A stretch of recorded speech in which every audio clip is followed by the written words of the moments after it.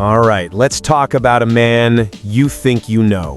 We're talking about Steve Harvey, the king of comedy, the master of the quick comeback, the guy who turned Family Feud into an absolute phenomenon.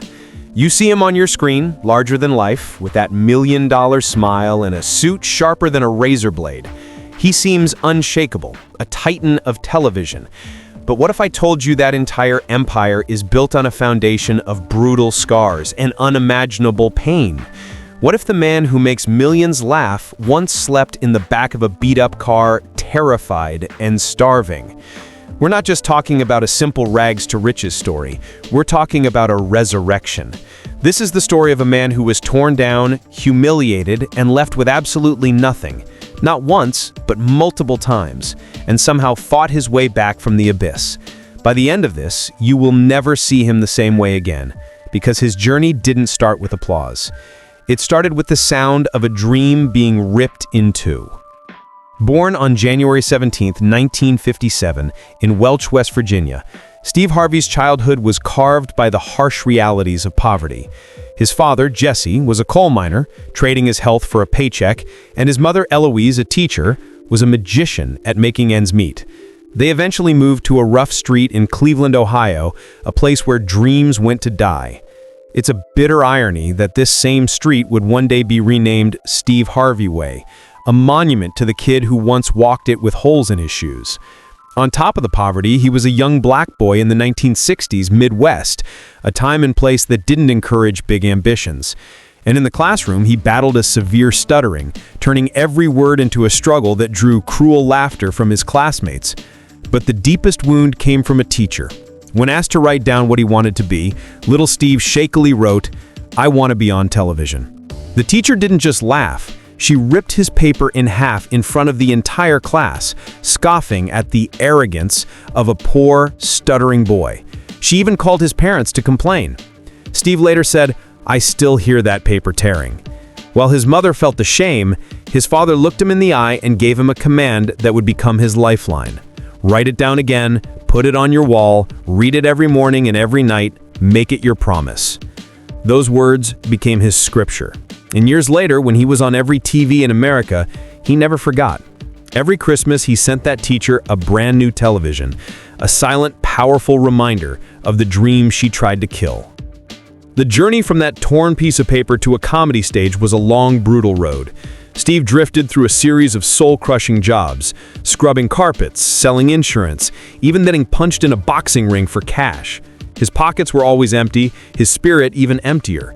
Then one night, in 1985, a friend dared him to try an open mic at a comedy club.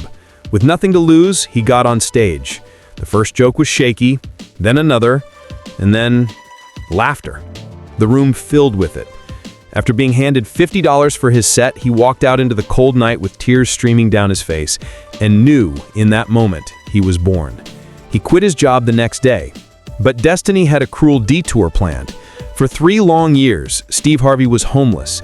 He lived in the back of a 1976 Ford, using a cooler for a fridge and washing up in gas station sinks.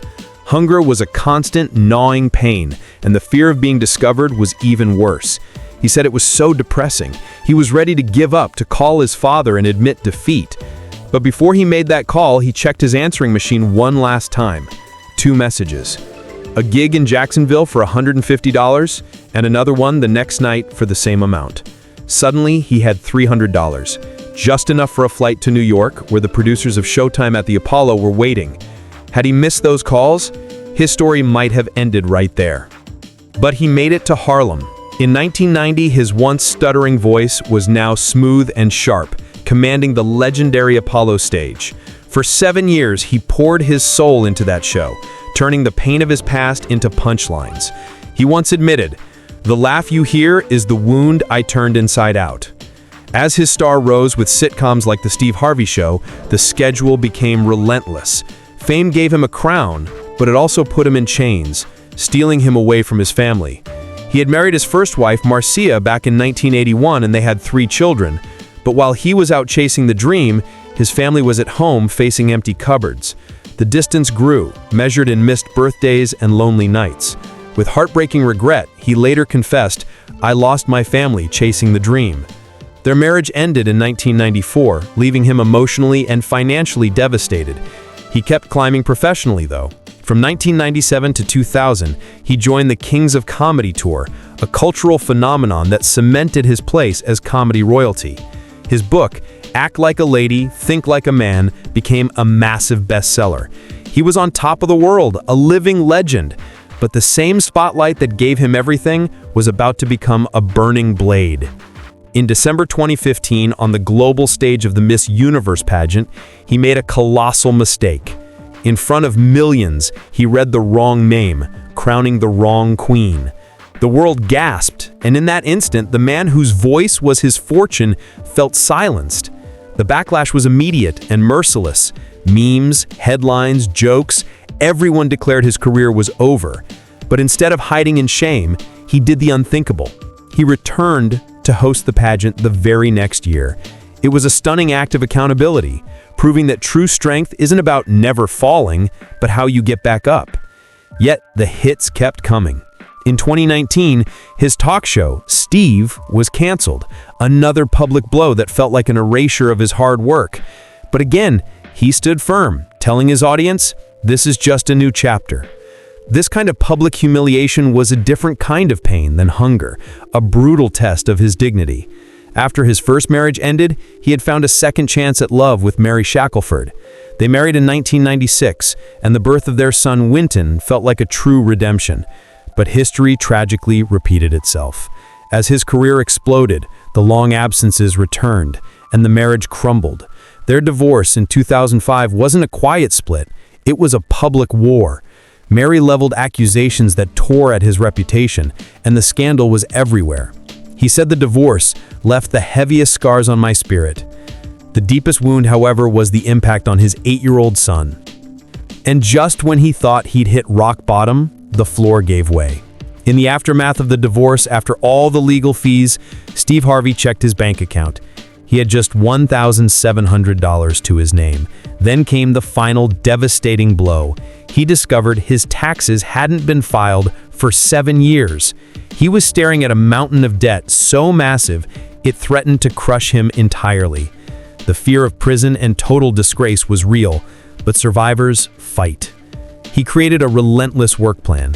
He was on the radio before sunrise, in meetings all day, and on a stage at night. Every joke, every appearance was a battle against financial ruin. Then, in 2010, destiny finally smiled on him. He became the host of Family Feud. He didn't just host the show, he resurrected it, turning it into a ratings giant. And with it, he resurrected himself. For years, every single paycheck went straight to the IRS. Dollar by dollar, joke by joke, he clawed his way back from the brink, rebuilding not just his wealth, but his dignity. By the mid-2000s, he was a success story, but he was also a man hollowed out by his battles. He was lonely, scarred, and spiritually exhausted. Then came Marjorie Bridges. Years earlier, he'd seen her in a crowd at a show in Memphis and declared from the stage, "I don't know who you are, but I'm gonna marry you one day." Fate brought them back together in 2005, and in 2007, they married. With Marjorie, he didn't just find a wife, he found redemption. She brought a sense of calm and wholeness to his fractured life. Together, they created a large blended family of 7 children.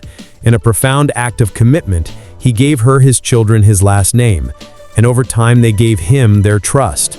The healing became visible to the world in 2015 when his stepson Jason told him on live TV, "You gave me my last name. There's no one better than you, Dad." Steve broke down and wept, not as a celebrity, but as a father who had been forgiven. For a man who carried the guilt of losing his first family, this was the ultimate grace. Today, at nearly 70 years old, Steve Harvey is the head of a global empire. His company licenses Family Feud across Africa, hosts his syndicated morning show, and even runs a successful wellness company. He lives on a massive 17-acre estate in Atlanta, a symbol of permanence after a lifetime of instability. Yet even amidst all the opulence, the discipline and the fear remain. He manages his health with the same grit that he used to rebuild his fortune, and the ghost of scarcity still lingers. "I still think about $1,700, he admits, a reminder of how fragile it all is. But this final chapter of his life isn't measured by ratings or wealth. It's defined by healing, in connection, in love. With Marjorie by his side, he has taken every single one of those brutal scars, every single wound, and turned them into undeniable, unshakable strength. His net worth is estimated in the 9-figure range, sure, but the real treasure, the truly priceless legacy, is found at his dinner table, surrounded by children and grandchildren who believe in him, who love him, who see him not just as a star, but as dad, as granddad. His life, my friends, is a living, breathing testament carved from relentless trial and divine grace, a powerful, undeniable declaration that resilience can and will outlast ridicule, that unwavering faith can carry a man